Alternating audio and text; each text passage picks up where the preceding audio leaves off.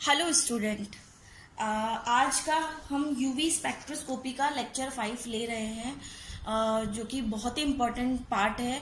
और इस पार्ट से कोई ना कोई न्यूमेरिकल क्वेश्चन सॉल्व के लिए आपके एग्जाम पेपर में आता ही आता है। और ये सबसे इंटरेस्टिंग पार्ट भी है क्योंकि ये कैलकुलेशन पार्ट है, आपको अच्छा लगेगा सॉल्व करके।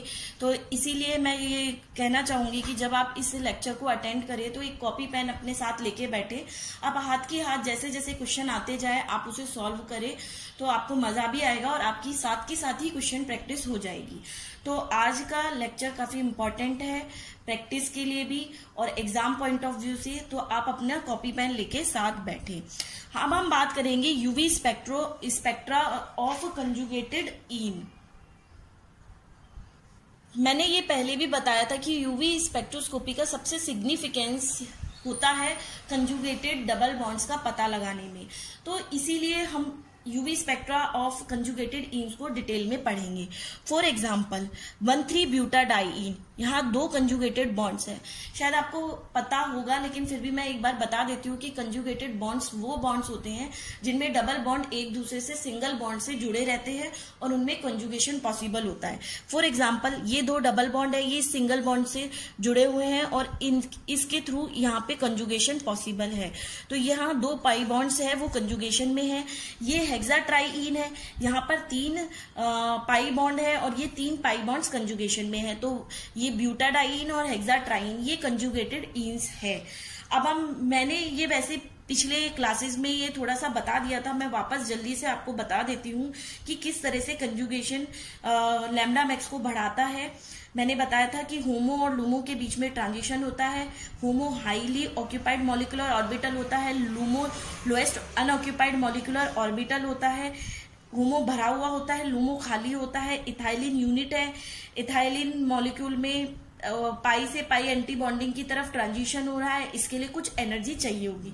लेकिन जब हम ब्यूटाडाइन की तरफ जाते हैं तो यहाँ पे चूंकि 2 डबल बॉन्ड है तो 2 डबल बॉन्ड से रिलेटेड 4 मॉलिक्यूलर ऑर्बिटल्स हो जाएंगे, 2 bonding molecular orbital, 2 anti bonding molecular orbital.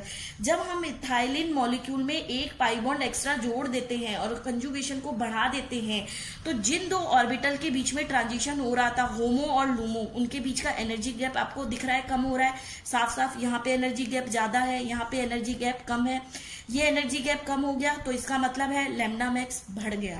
क्या हुआ? लैम्डा मैक्स बढ़ गया। लैम्डा मैक्स बढ़ गया इसका मतलब कंजुगेशन क्या कर रहा है? लैम्डा मैक्स बढ़ा रहा है, बेथोक्रोमिक शिफ्ट को दिखा रहा है।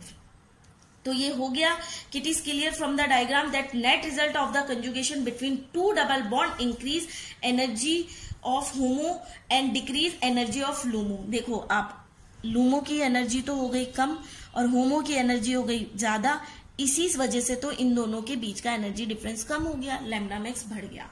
तो आपको समझ में आया कि कंजुगेशन किस तरह से लैम्डा मैक्स को प्रभावित कर रहा है। अब एक मैं इंपॉर्टेंट पॉइंट आपको बता रही हूँ याद करने के लिए कि जितना ज्यादा कंजुगेटेड सिस्टम होगा, लॉन्गर द कंजुगेटेड सिस्टम, मतलब जितने ज्यादा कंजुगेटेड पाई बॉन्ड किसी मॉलिक्यूल में प्रेजेंट होंगे, होमो लूमो के बीच का एनर्जी डिफरेंस उतना कम होगा। पाई टू पाई स्टार ट्रांजिशन के लिए जो एनर्जी चाहिए वो उतनी कम होगी, तो लैम्डा मैक्स ट्रांजिशन के लिए उतना ज्यादा होगा। फॉर एग्जाम्पल कैरोटीन जो कि गाजर में पाया जाता है, उसका जो एब्जॉर्प्शन होता है वो विजिबल रीजन में होता है, तो क्योंकि इसके लिए लैम्डा मैक्स होता है वो विजिबल रीजन में आ जाता है। तो एक पॉइंट रूल याद रखिए, जितना ज्यादा कंजुगेशन उतनी कम एनर्जी, उतनी ज्यादा लैम्डा मैक्स, उतना ही इंटेंस कलर। जितना लैम्डा मैक्स ज्यादा होगा उतना इंटेंस कलर होगा। तो आपको ये समझ में आ गया, एक पिक्चर एक माइंड में क्लियर हो गई कि किस तरह से कंजुगेशन लैम्डा मैक्स को प्रभावित कर रहा है। अब बात यह आई कि फिर हम कैलकुलेट क्या कर रहे हैं। तो हम ये कर रहे हैं कि वुडवर्ड फिशर साइंटिस्ट हुए थे, उन्होंने अपना एक फॉर्मूला दिया। उन्होंने बताया कि हर जो डबल बॉन्ड का अपना एक योगदान होता है, अगर हम उस योगदान को कैलकुलेट कर ले तो हम एक अननोन कंपाउंड में आइडिया लगा सकते हैं कि इसका जो लैम्डा मैक्स है वो क्या होगा, उसको हम कहते हैं Woodward Fisher rule to calculate lambda max in ईन सिस्टम। तो आप टाइप ऑफ डबल बॉन्ड देख लें और हर बॉन्ड का जो योगदान कैलकुलेट कर लें तो आपको लैम्डा मैक्स पता चल जाएगा। वही वुडवर्ड फिशर साइंटिस्ट ने बताया था। ठीक है, तो ये तो हो गया कि क्या हम इस रूल से निकालते हैं। तो इस रूल को पूरी तरह से डिस्कस करने से पहले हम देखते हैं कि कंजुगेटेड डबल बॉन्ड सिस्टम है वो कितने तरह के होते हैं। या तो हो सकते हैं acyclic open chain, for example ये 1,3 ब्यूटाडाइईन, यहाँ पे 2 कंजुगेटेड डबल बॉन्ड है। फिर हो गया होमो एनुलर कंजुगेटेड सिस्टम। होमो एनुलर में क्या होता है तो ये साइक्लिक, पर इसमें क्या होता है एक ही रिंग में दोनों डबल बॉन्ड है, कंजुगेटेड डबल बॉन्ड है, तो ये हो गया होमो एनुलर। ठीक है, अब आता है हेट्रो एनुलर कंजुगेटेड सिस्टम। ध्यान दें, ये होमो एनुलर है या हेट्रो एनुलर है, ये रिंग में मिल रहे हैं, आप इनकी बेस वैल्यू में फर्क देखेंगे। तो अब हेट्रो एनुलर कंजुगेटेड सिस्टम है वो हम देखते हैं कि जो कंजुगेटेड बॉन्ड्स हैं ये अलग अलग रिंग में प्रेजेंट है। यहाँ पे एक ही रिंग में प्रेजेंट थे, यहाँ पे अलग अलग रिंग में प्रेजेंट है। इसकी अगर हम बेस वैल्यू की बात करें तो होती है 253 और इसकी बेस वैल्यू की हम बात करें तो 214 होती है। तो आपने देखा कि होमो और हेट्रो होने पर बेस वैल्यू बदल गई। ध्यान रखें, होमो एनुलर एक ही ring, hetero annular different ring. ठीक है, तो आपने देखा एसाइक्लिक डाई जिसमें एसाइक्लिक है और कंजुगेटेड डबल बॉन्ड है, इनकी बेस वैल्यू होती है 217। इसे हम आगे भी डिस्कस करेंगे। फिर होमो एनुलर और हेट्रो एनुलर। एक होता है एक्सोसाइक्लिक और एंडोसाइक्लिक कंजुगेटेड डबल बॉन्ड। अगर हम इस स्ट्रक्चर को देखें, यहाँ आपको 2 बॉन्ड दिख रहे हैं जिनमें कंजुगेशन है। अगर हम बात करें इस वाले बॉन्ड की, इस वाले डबल बॉन्ड की, तो ये रिंग के अंदर है, और इस वाले डबल बॉन्ड की हम बात करें तो ये इस रिंग के बाहर है। तो ये तो जो डबल बॉन्ड हो गया एक्सोसाइक्लिक, मतलब साइकिल से तो जुड़ा है लेकिन रिंग के बाहर है, और ये हो गया एंडोसाइक्लिक डबल बॉन्ड। अगर मैं इस स्ट्रक्चर की बात करूं तो यहाँ पे 2 रिंग है, ए और बी। तो जो बी रिंग है उसका जो डबल बॉन्ड है वो ए रिंग के लिए एक्सोसाइक्लिक डबल बॉन्ड है। समझ में आया? बी का जो डबल बॉन्ड है, जो बी के लिए एंडोसाइक्लिक डबल बॉन्ड है, वो ए के लिए एक्सोसाइक्लिक डबल बॉन्ड है। तो आपको इस तरह के डबल बॉन्ड को भी हाईलाइट करना है, नोट करना है। ध्यान रहे, एक रिंग के लिए जो एंडोसाइक्लिक बॉन्ड है वो दूसरी रिंग के लिए एक्सोसाइक्लिक बॉन्ड हो सकता है। अब लैम्डा मैक्स की वैल्यू किस पे, हमने ना कंजुगेटेड बॉन्ड्स के टाइप्स देख लिए। अब हम देखते हैं कि ये किस किस पे डिपेंड करती है। नंबर ऑफ एल्काइल सब्स्टिट्यूएंट्स और रिंग रेजिड्यू, मतलब जो कंजुगेटेड डबल बॉन्ड का सिस्टम है उससे कितने एल्काइल सब्स्टिट्यूट्स या रिंग रेजिड्यू जुड़े हुए हैं, पहला पॉइंट। दूसरा, number of bond which extend conjugation, हम जो बेसिक मॉइटी जो लेते हैं वो लेते हैं हम 1,3 ब्यूटाडाइन वाली जो बेसिक मॉइटी है हम उसको लेते हैं जिसमें 2 कंजुगेटेड डबल बॉन्ड है।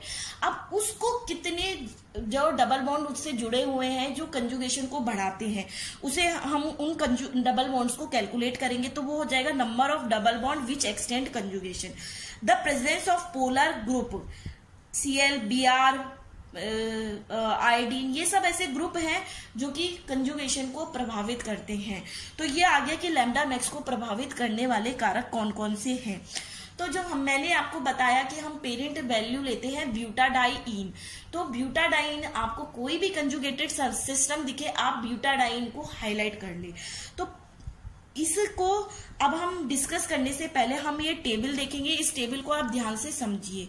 इस टेबल में हर एक ग्रुप का क्या योगदान है वो बताया गया है। उस योगदान को ही कैलकुलेट करके हमको फाइनल लैम्डा मैक्स की वैल्यू निकालनी है। For example, parent value for butadiene वो लेते हैं हम 217 nanometer. Base value for homo annular system उसको लेते हैं हम 253 nanometer. Base value for hetero annular system 214 nanometer. आप यहाँ घबराइए मत, जैसे जैसे हम एग्जाम्पल करेंगे, हो सकता है ये थोड़ा कॉम्प्लिकेटेड लग रहा हो, लेकिन जैसे जैसे हम एग्जाम्पल करेंगे आपको इन सब का समझ में आ जाएगा कि किस तरह से इनका योगदान हम कैलकुलेट कर रहे हैं। आप एक बार बस ये देखिए कि किसकी क्या वैल्यू होती है, आपको वो याद रखनी है। पेरेंट वैल्यू ब्यूटाडाइन की 217, होमो की 253 और हेट्रो की 214 नैनोमीटर। अब अगर एक एल्काइल सब्स्टिट्यूट है उसका योगदान होता है 5 नैनोमीटर, अगर कोई एक रिंग रेजिड्यू है तो उसका योगदान होता है वो भी 5 नैनोमीटर। तो जैसे जैसे मान लो अगर 2 एल्काइल सब्स्टिट्यूट है तो हो जाएगा 10, अगर 3 रिंग रेजिड्यू है तो योगदान हो जाएगा 3 × 5 15। अब आता है एक्सोसाइक्लिक डबल बॉन्ड, जो कि हमने यहाँ पढ़ा था। तो जितने एक्सोसाइक्लिक डबल बॉन्ड है उनका योगदान हमें देखना होता है। एक एक्सोसाइक्लिक डबल बॉन्ड का योगदान होता है 5 नैनोमीटर। अगर 2 एक्सोसाइक्लिक डबल बॉन्ड है तो 10 हो जाएगा, 3 है तो 15 हो जाएगा। फिर डबल बॉन्ड एक्सटेंशन, ब्यूटाडाइन से मान लो एक डबल बॉन्ड एक्स्ट्रा जुड़ा हुआ है कंजुगेशन में तो उसका योगदान हो जाएगा 30 नैनोमीटर। अगर 2 जुड़े हुए हैं तो 60 हो जाएगा, 3 जुड़े हुए हैं तो 90 हो जाएगा। तो एक डबल बॉन्ड एक्सटेंशन होता है वो 330 नैनोमीटर होता है। अब ऑक्सोक्रोम ग्रुप, मैंने बताया था कि कुछ पोलर ग्रुप है जो कि लैम्डा मैक्स को प्रभावित करते हैं। ये सब देखेंगे तो आप पाएंगे कि ऑक्सोक्रोम ग्रुप है, इनके पास लॉन पेयर है, ये कंजुगेशन को बढ़ा देते हैं। तो जैसे अगर OR ग्रुप जुड़ा हुआ है तो इसका जो योगदान होता है वो +6 नैनोमीटर होता है। SR का +30, क्लोरीन ब्रोमीन का +5, NR2 ग्रुप का +60 नैनोमीटर योगदान होता है। आपको इन योगदानों को याद रखना है, रट लेना है, क्योंकि ये योगदान अगर आपको याद नहीं होंगे, ये कंट्रीब्यूशन याद नहीं होंगे तो आप टोटल लैम्डा मैक्स नहीं कैलकुलेट कर सकते।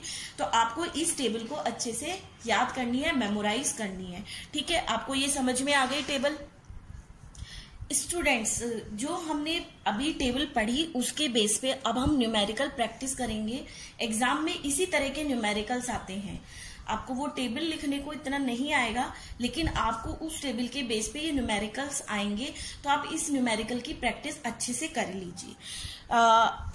इन न्यूमेरिकल्स को करने से पहले एक पॉइंट मैंने जो पिछले बताया था उसमें मैं एक पॉइंट और ऐड करना चाहूंगी कि जैसे ओपन चेन होती है ब्यूटाडाइन, वो सिस भी हो सकता है, ट्रांस भी हो सकता है।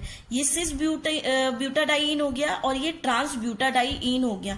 तो जो हमने पेरेंट वैल्यू की बात की थी 217 नैनोमीटर, वो सिस के सिस्टम के लिए होता है। अगर ट्रांस सिस्टम है तो उसके लिए पेरेंट वैल्यू 214 नैनोमीटर होगी। तो अगर ओपन चेन में भी हम ये देखेंगे कि सिस बॉन्ड है कि ट्रांस बॉन्ड है। अगर सिस बॉन्ड है तो 217 नैनोमीटर है, और अगर ट्रांस बॉन्ड है तो 214 नैनोमीटर बेस वैल्यू होगी। अब हम एक के बाद एक क्वेश्चन प्रैक्टिस करते हैं और हम पता लगाते हैं कि जो लैम्डा मैक्स है वो क्या आती है। फॉर एग्जाम्पल, ये ट्रांस ब्यूटाडाइन है, 1 2 3 4 ब्यूटाडाइन, 1 3 डाइन, लेकिन चूंकि ये ट्रांस है तो इसकी बेस वैल्यू क्या आई 214 नैनोमीटर। और ऑब्जर्व्ड वैल्यू जो है वो 217 नैनोमीटर है। ऑब्जर्व्ड वैल्यू और जो कैलकुलेटेड वैल्यू है उसमें ±10 का डिफरेंस हो सकता है। तो हमारी जो कैलकुलेटेड वैल्यू और ऑब्जर्व वैल्यू में सिर्फ 3 का डिफरेंस है। तो ये हो गया आपका पहला क्वेश्चन। अब दूसरा क्वेश्चन, बच्चों आप कॉपी पेन में आप खुद स्ट्रक्चर लिखो और साथ साथ में आप अपना आंसर निकालो और देखो कि वो मेरे आंसर से मैच कर रहा है कि नहीं कर रहा है। अब ये है 1,3 ब्यूटाडाइन सिस्टम है। इसका जो हमने एक बेसिक जो पेरेंट सिस्टम है वो हम इस तरह से पेंसिल से हाईलाइट कर लेंगे। आपको पता है कि ये ट्रांस सिस्टम है तो आपने लिख ली बेसिक वैल्यू 214। अब हम देखेंगे कि ये जो कंजुगेटेड सिस्टम हमने हाईलाइट किया है इसको हम सारे एल्काइल सिस्टम से अलग कर देंगे। हम अलग करते हैं कि खाली ये अकेला बच जाए तो हम इसको अलग करना पड़ेगा। H का कोई योगदान नहीं होता लैम्डा मैक्स में तो उनको हम नहीं देखते। इसको अलग करना पड़ेगा, इसको अलग करना पड़ेगा, इसको अलग करना पड़ेगा। ठीक है, तो हम देखते हैं कि यहाँ पर जो एल्काइल सब्स्टिट्यूएंट्स है वो कितने हो गए 3। एक एल्काइल सब्स्टिट्यूएंट का योगदान होता है 5, तो 3 का कितना हो गया 15। टोटल 214 + 15 किया 229 आया और ऑब्जर्व वैल्यू कितनी आती है 228। तो आपको आ गया समझ में कि किस तरह से हम लैम्डा मैक्स कैलकुलेट कर रहे हैं। हर किसी का एक कंट्रीब्यूशन ऐड करते जाएंगे बेसिक वैल्यू पेरेंट वैल्यू में और हम फाइनल लैम्डा मैक्स निकाल देंगे। ठीक है, अब हम तीसरा एग्जाम्पल लेते हैं। आप इस एग्जाम्पल को देखते ही समझ गए होंगे कि ये कौन सा सिस्टम है, हेट्रोएन्युलर सिस्टम है। और हेट्रोएन्युलर सिस्टम की पेरेंट जो वैल्यू है बेसिक वैल्यू है वो 214 नैनोमीटर होती है। सबसे इजी तरीका है कि जो भी आपको कंजुगेटेड सिस्टम दिख रहा है उसको आप एक लाइन बना लो, इस तरह से उसको हाईलाइट कर लो। ठीक है, अब देखो कि इसमें एल्काइल रेजिड्यू सबसे या रिंग रेजिड्यू, एल्काइल और रिंग रेजिड्यू में क्या होता है कि जो एल्काइल ओपन चेन में जिनको हम एल्काइल रेजिड्यू कहते हैं उन्हें हम चेन सिस्टम में रिंग रेजिड्यू कह देते हैं। तो अब इसको अगर हम अलग करेंगे सारे रिंग रेजिड्यू से तो हमें ये तोड़नी पड़ेगी, ये तोड़ना पड़ेगा और ये तोड़ना पड़ेगा, तभी तो हमारा ये सिस्टम अकेला रहेगा। तो इस तरह से हम देख सकते हैं कि जो रिंग रेजिड्यू है वो कितने हुए 3, तो उनका क्या हो जाएगा 3 × 5 15 योगदान। अब आप थोड़ा सा ये मैसी सा हो गया है, मैं ऐसे इसको और बना देती हूँ वापस, तो हम देखेंगे कि ये जो डबल बॉन्ड है ये एक्सोसाइक्लिक डबल बॉन्ड है। तो इस रिंग सिस्टम में जो कंजुगेटेड हमारा पेरेंट सिस्टम है इससे 3 तो एल्काइल रिंग रेजिड्यू जुड़े हुए हैं और इस सिस्टम में एक एक्सोसाइक्लिक डबल बॉन्ड है। और एक्सोसाइक्लिक डबल बॉन्ड का योगदान टेबल में देखो बच्चों जल्दी से क्या होता है 5। तो अगर हम इनको ऐड करेंगे इन तीनों वैल्यू को तो आया 234 नैनोमीटर और जो ऑब्जर्व्ड वैल्यू होती है वो 235 नैनोमीटर है। तो हम लगभग ऑब्जर्व्ड वैल्यू के बराबर पहुंच गए। तो आपका तीसरा एग्जाम्पल, आप वैरायटी देखें, फर्स्ट एग्जाम्पल में हमने सिर्फ ट्रांसपेरेंट सिस्टम देखा, फिर हमने एल्काइल रेजिड्यू को समझा, फिर हमने रिंग रेजिड्यू को भी समझा, हमने हेट्रोएनुलर को भी समझा और हमने एक्सोसाइक्लिक डबल बॉन्ड को भी समझा। ठीक है, अब हम चौथा एग्जाम्पल लेंगे। चौथा एग्जाम्पल में अगर आप देखेंगे तो बाकी सारी चीजें सेम है। ये हमारा हो गया पेरेंट सिस्टम, हमने ये 3 रिंग रेजिड्यू अलग कर लिए, उसका हो गया 15। ये हमारा एक्सोसाइक्लिक डबल बॉन्ड हो गया। ठीक है, एक्सोसाइक्लिक डबल बॉन्ड हो गया। ठीक है, और फिर हमारा OR ग्रुप आ गया। OR ग्रुप इससे जुड़ा हुआ है और OR ग्रुप का जो योगदान होता है वो होता है 6। तो 6 हुआ तो टोटल जो हमारा आया लैम्डा वेक्स कैलकुलेटेड वो आया 240 नैनोमीटर और ऑब्जर्व्ड वैल्यू आई 241 नैनोमीटर। बच्चों ये पेंसिल की वजह से थोड़ा सा मैसी हो जा रहा है, तो आप है ना एक पेज पे जितने न्यूमेरिकल आप दिखे सबसे पहले आप उनको ड्रॉ कर लीजिए जिससे कि आपको कोई दिक्कत ना हो। अब हम नेक्स्ट क्वेश्चन चल रहे हैं, आप जल्दी से इस नेक्स्ट क्वेश्चन को ड्रॉ कर लीजिए। ठीक है, अब बेसिक वैल्यू 217 आप देखेंगे ये सिंपल ब्यूटाडाइईन ही है, ये रिंग नहीं है, 2 रिंग आपस में जुड़ी हुई नहीं है, ये अलग अलग रिंग में है, ये सिंपल ब्यूटाडाइन है और सिस है। तो इसकी वो जो सिसॉइड स्ट्रक्चर की जो पेरेंट वैल्यू थी वो 217 नैनोमीटर थी। अब इसमें आपको क्या दिखना है, सबसे पहले एल्काइल रिंग रेजिड्यू देखने। अगर मैं इसको वापस एक बार ड्रॉ करके बता रही हूं, अगर हम इसको देखें इसके रिंग रेजिड्यू तो कितने आते हैं, हमने इसको हाईलाइट कर लिया। ठीक है, हमें ये अलग करना है, ये अलग करना है, ये अलग करना है, ये अलग करना है। तो आपको कितने रिंग रेजिड्यू दिखे, 4 रिंग रेजिड्यू दिखे। तो आपके लिए एक रिंग रेजिड्यू के लिए 5, तो 4 के लिए 20, कैलकुलेटेड वैल्यू 235, ऑब्जर्व वैल्यू 234। तो आपने ये और वैरायटी का क्वेश्चन देखा। तो ठीक है, अब हम नेक्स्ट क्वेश्चन पे चलते हैं। हमने हेट्रोएनुलर के 2-3 क्वेश्चन देख लिया, 2 क्वेश्चन देखे, ये दोनों क्वेश्चन हेट्रोएनुलर के थे जिनकी पेरेंट वैल्यू 214 नैनोमीटर थी। अब हम होमोएनुलर का क्वेश्चन देखेंगे। आप जल्दी से इस क्वेश्चन को ड्रॉ कर लीजिए। ठीक है, 2 रिंग है, एक रिंग में होमोएनुलर सिस्टम है, आपने ड्रॉ कर लिया। अब हम बात करते हैं बेसिक वैल्यू की। होमोएनुलर की बेसिक वैल्यू है 253 नैनोमीटर। ओके, अब हम रिंग रेजिड्यू देखेंगे। हमने इसको हाईलाइट किया और इससे सारे जो एल्काइल सब्स्टिट्यूएंट्स है रिंग रेजिड्यू है उनको अलग करेंगे। ये अलग किया, ये अलग किया, ये अलग किया, कितने अलग किए, 3 के हो गए 15। अब हम एक्सोसाइक्लिक डबल बॉन्ड देखेंगे तो हम देखते हैं ये जो डबल बॉन्ड है वो इस रिंग के लिए एक्सोसाइक्लिक डबल बॉन्ड है, तो उसका addition 5, total value 273, observe value 274। ध्यान रखिए स्टूडेंट, आप पॉइंट वाइज पॉइंट चलिए। आप सबसे पहले जो ब्यूटाडाइन सिस्टम है उसको हाईलाइट कर लीजिए। आपने उस सिस्टम को हाईलाइट किया, ठीक है, उसकी पेरेंट वैल्यू निकाल ली कि वो सिस है, ट्रांस है, क्या है, हेट्रोएनुलर है, होमोएनुलर है, आपने उसकी पेरेंट वैल्यू निकाल ली। सेकेंड स्टेप है आप एल्काइल रेजिड्यू और रिंग रेजिड्यू देखिए।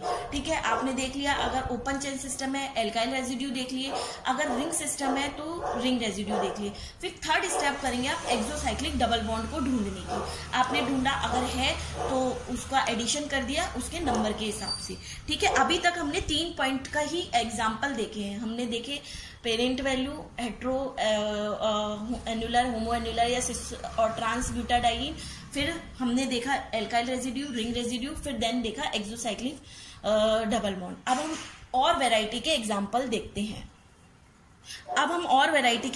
देखते हैं जिनमें कि हमें कंजुगेशन का एक्सटेंशन दिखाई देगा। ये एक एग्जाम्पल है, आप इसे जल्दी से ड्रॉ कर लीजिए। 3 रिंग सिस्टम है, 3 तो रिंग आपको पूरी दिख रही है, और ये जो होता है 2 बॉन्ड बना के आप ऐसे करेंगे, इसका मतलब है कि ये रिंग और भी आगे बढ़ रही है, मतलब और भी रिंग जुड़ी हुई है। तो जल्दी से आप ये स्ट्रक्चर बना लीजिए, क्योंकि फिर मैं इससे पेंसिल से इसे हाईलाइट करूंगी तो आपको थोड़ा समझने में दिक्कत होगी। ठीक है, आपने बना ली स्ट्रक्चर। अब आप पूरा रिंग सिस्टम को हाईलाइट, जो कंजुगेटेड बॉन्ड सिस्टम है उसको हाईलाइट कर दीजिए। ठीक है, आपने हाईलाइट कर दिया। अब आप देखेंगे कि जो ब्यूटाडाइन सिस्टम है उसमें तो 2 डबल बॉन्ड होते हैं, तो ठीक है 2 डबल बॉन्ड एक्स्ट्रा आए हैं इस सिस्टम में। ठीक है, अब हम बात करेंगे कि ये क्या है। आपको दिख रहा है, इसमें आप ध्यान से देखिए, ये जो 3 रिंग है, इस पॉइंट को आप यहां मेंशन कर लीजिए। मैं थोड़ा प्रीवियस लेक्चर में ये बताना भूल गई कि अगर ये जो है, एक सेकंड मैं ड्रॉ कर लूं। देखो, अगर आप देखो तो ये वाला जो अगर पाई बॉन्ड्स देखें तो ये एक दूसरे के लिए हेट्रोएनुलर है, लेकिन ये जो पाई बॉन्ड देखें तो ये एक दूसरे के लिए होमोएनुलर है। ठीक है, ये हेट्रोएनुलर है। तो अब आप क्या करेंगे, पेरेंट वैल्यू क्या लेंगे, क्वेश्चन आता है पेरेंट वैल्यू क्या लेंगे ब्यूटाडाइन की, तो आपको हमेशा होमोएनुलर सिस्टम को प्रायोरिटी देनी है। तो ये होमोएनुलर सिस्टम है, इसको आपको प्रायोरिटी देनी है, और पेरेंट वैल्यू आपको इसके हिसाब से लेनी है, जो कि 253 नैनोमीटर होगी। आप 214 नैनोमीटर नहीं लेंगे। हमेशा आप जब एक्सटेंडेड कंजुगेशन सिस्टम दिखे तो आप देखें कि कोई होमोएनुलर तो नहीं है। तो आपने देखा यहाँ पे होमोएनुलर है, तो आपने होमोएनुलर ले लिया, 253 उसकी वैल्यू ले ली। अब आपने जब ये होमोएनुलर ले लिया, 253 उसकी वैल्यू ले ली, तब आप देखेंगे सबसे पहला सेकंड स्टेप मैंने क्या बताया था, रिंग रेजिड्यू देखना। आपने ये पूरा कंजुगेटेड सिस्टम को अलग करना है सारे रिंग उससे रेजिड्यू से। आपको ये काटना पड़ेगा, आपको ये काटना पड़ेगा, आपको ये काटना पड़ेगा, आपको ये बॉन्ड काटना पड़ेगा, आपको ये बॉन्ड काटना पड़ेगा। तो इस तरह से आपके कितने आए, 5। तो आपके रिंग रेजिड्यू 5 हुए, तो उनका जो कंट्रीब्यूशन हो गया 25, 5 × 5। अब आप एक्सोसाइक्लिक डबल बॉन्ड देखें, तो एक्सोसाइक्लिक डबल बॉन्ड मेरे को वापस ये स्ट्रक्चर बनानी पड़ेगी, जिससे आपको थोड़ा एक्सोसाइक्लिक डबल बॉन्ड क्लियरली दिखे। ठीक है, आप खुद एक बार कोशिश करिए जब तक exocyclic double bond find out करने की। आप देखेंगे एक्सोसाइक्लिक डबल बॉन्ड यहाँ पे 3 है। ये जो डबल बॉन्ड है वो इस रिंग के लिए एक्सोसाइक्लिक डबल बॉन्ड है, ये जो डबल बॉन्ड है वो इस रिंग के लिए एक्सोसाइक्लिक डबल बॉन्ड है, और ये डबल बॉन्ड है वो इस रिंग के लिए एक्सोसाइक्लिक डबल बॉन्ड है। सिंपल अपने को देखना है कि ऐसे बॉन्ड कितने हैं। तो 3 रिंग है और साथ ही 3 एक्सोसाइक्लिक डबल बॉन्ड है। आप देखेंगे ये और ये तीनों बॉन्ड एक्सोसाइक्लिक डबल बॉन्ड है। ये वाला इस रिंग के लिए, ये वाला इस रिंग के लिए, और ये वाला इस रिंग के लिए। तो 3 एक्सोसाइक्लिक डबल बॉन्ड हो गए, एक का कंट्रीब्यूशन 5, 3 का 15। अब हम कंजुगेशन एक्सटेंड की बात करें तो यहाँ पे ब्यूटाडाइन के कंपैरिजन में 2 डबल बॉन्ड एक्स्ट्रा है जो कि कंजुगेशन में है। एक डबल बॉन्ड का जो कंट्रीब्यूशन होता है वो 30 होता है, तो 2 डबल बॉन्ड का कंट्रीब्यूशन होगा 60। तो हो गया 60, टोटल आया आपका आंसर 353 नैनोमीटर। तो इस क्वेश्चन में एक नई वेराइटी आपने पढ़ी, कंजुगेशन का एक्सटेंशन, पहले के क्वेश्चंस के कंपैरिजन में। अब ये 8वां क्वेश्चन है, आप जल्दी से इस क्वेश्चन को नोट डाउन कर लीजिए। हम देखेंगे कि इसका क्या आंसर आता है। आप नोट डाउन करिए, मैं बताती हूँ, इसमें ज्यादा कोई दिक्कत है नहीं। आप देखेंगे कि यह हेट्रोएनुलर सिस्टम है, यहाँ पे कोई कंजुगेशन एक्सटेंड नहीं हो रहा है। आप अगर रिंग रेजिड्यू निकालेंगे तो ये और ये 3 बॉन्ड आपको काटने पड़ेंगे, तो 15 हो गया इनका। एक्सोसाइक्लिक डबल बॉन्ड एक ये ही है, तो उसका हो गया 5, टोटल हो गया 234 आंसर हो गया। तो यहाँ पे 3 ही चीज कंट्रीब्यूट कर रहे हैं, एक तो बेसिक वैल्यू, रिंग रेजिड्यू और एक्सोसाइक्लिक डबल बॉन्ड। अब ये 9th क्वेश्चन है। ठीक है, आप जल्दी से इस क्वेश्चन को उतार लीजिए। हम देखेंगे कि इसमें ये क्वेश्चन इजी है। आपने ये 7 क्वेश्चन तक सारी तरह की वैरायटी देख ली। अब ये एक तरीके से रिपीटेशन है आपकी क्वेश्चन प्रैक्टिस के लिए। अब इस क्वेश्चन सिस्टम को देखेंगे, यहाँ पे कौन सा सिस्टम है, होमोएनुलर सिस्टम। 253 हो गया। अगर मैं इस सिस्टम से रिंग रेजिड्यू की बात करूं तो मुझे एक ये काटना पड़ेगा, कि ये डबल बॉन्ड का ये बॉन्ड काटना पड़ेगा, कि ये बॉन्ड, तो रिंग रेजिड्यू हो गया 3। एल्काइल सब्स्टिट्यूट, एल्काइल सब्स्टिट्यूट यहाँ पे है एक एल्काइल सब्स्टिट्यूट भी है। आप कंफ्यूज मत हुए, ये क्वेश्चन देखो वैरायटी वाला क्वेश्चन है। यहाँ पे रिंग रेजिड्यू है, आपको ये नहीं देखना कि साइक्लिक स्ट्रक्चर है तो आप सिर्फ रिंग रेजिड्यू देख के रुक जाए, आपको एल्काइल सब्स्टिट्यूट्स भी देखने हैं। तो यहाँ पे आप देखिए ये एल्काइल सब्स्टिट्यूट आया, तो इसका भी एडिशन होगा 5, तो हो गया टोटल एक तरीके से रिंग रेजिड्यू का 15 और एल्काइल सब्स्टिट्यूट का 5 कंट्रीब्यूशन। और एक्सोसाइक्लिक डबल बॉन्ड कितना है 1, ये कौन सा है एक्सोसाइक्लिक डबल बॉन्ड, तो इसका कंट्रीब्यूशन 5, तो टोटल वैल्यू आई 278 नैनोमीटर। जब हम एक्सपेरिमेंट करते हैं तो जो ऑब्जर्व वैल्यू आती है वो 275 नैनोमीटर आती है, तो जो लगभग 278 के बराबर है। तो ये हो गया आपका क्वेश्चन प्रैक्टिस। तो स्टूडेंट मैंने ना वैरायटी ऑफ क्वेश्चंस करवाए, जिसमें हमने देखा कि हर एक चीज को हाईलाइट कर लो आप पहले, और स्टेप वाइज स्टेप उनको कंट्रीब्यूशन करते जाओ और फाइनल रिजल्ट लिखते जाओ, ठीक है, और लैम्डा मैक्स कैलकुलेट करते जाओ। मैं आपको एक क्वेश्चन प्रैक्टिस दे रही हूँ, आपके लिए वो सॉल्व क्वेश्चंस नहीं है, अनसॉल्व क्वेश्चन है, और आप उनको क्वेश्चंस को करिए और देखिए कि आप निकाल पा रहे हैं या नहीं निकाल पा रहे हैं। कहीं पे भी कोई प्रॉब्लम हुई तो हम डिस्कस करेंगे। तो ये आज के लिए इतना ही है, मैं भी क्वेश्चन प्रैक्टिस दे रही हूँ, आप उस क्वेश्चन प्रैक्टिस को करिएगा, ठीक है, घर पे जरूर प्रैक्टिस करिए, बहुत इंपॉर्टेंट है एग्जाम पॉइंट ऑफ व्यू से, और आगे के कंपटीशन एग्जाम्स में भी ये काफी आता है, तो इसको आप सीरियसली करिए, हर चीज का एक कंट्रीब्यूशन कैलकुलेट करके लैम्डा मैक्स निकालिए। अब आपको मैं क्वेश्चन प्रैक्टिस शो कर रही हूँ, आप उसको लिख लेना अपनी कॉपी में और घर पे उसको प्रैक्टिस करना। तो स्टूडेंट ये आपकी कंजुगेटेड डाई से रिलेटेड कुछ प्रॉब्लम्स हैं, आप इसे नोट डाउन कर लीजिए और फिर इसे अपने घर पे प्रैक्टिस करिए। और आई एम श्योर कि अगर आप ये सारे क्वेश्चंस प्रैक्टिस कर लेते हैं तो अगर एग्जाम में कोई भी न्यूमेरिकल आता है, अगर वो आपके लिए अननोन है, तो भी इन क्वेश्चंस की प्रैक्टिस से आप वो न्यूमेरिकल्स कर पाएंगे। तो आज के लिए इतना ही। अब थैंक यू सो मच। और मैं ये चाहूंगी कि जो जो टॉपिक्स होते जा रहे हैं आप उन्हें रिवाइज करते रहिए, जिससे कि आपको डिफिकल्टीज ना हो। Thank you so much.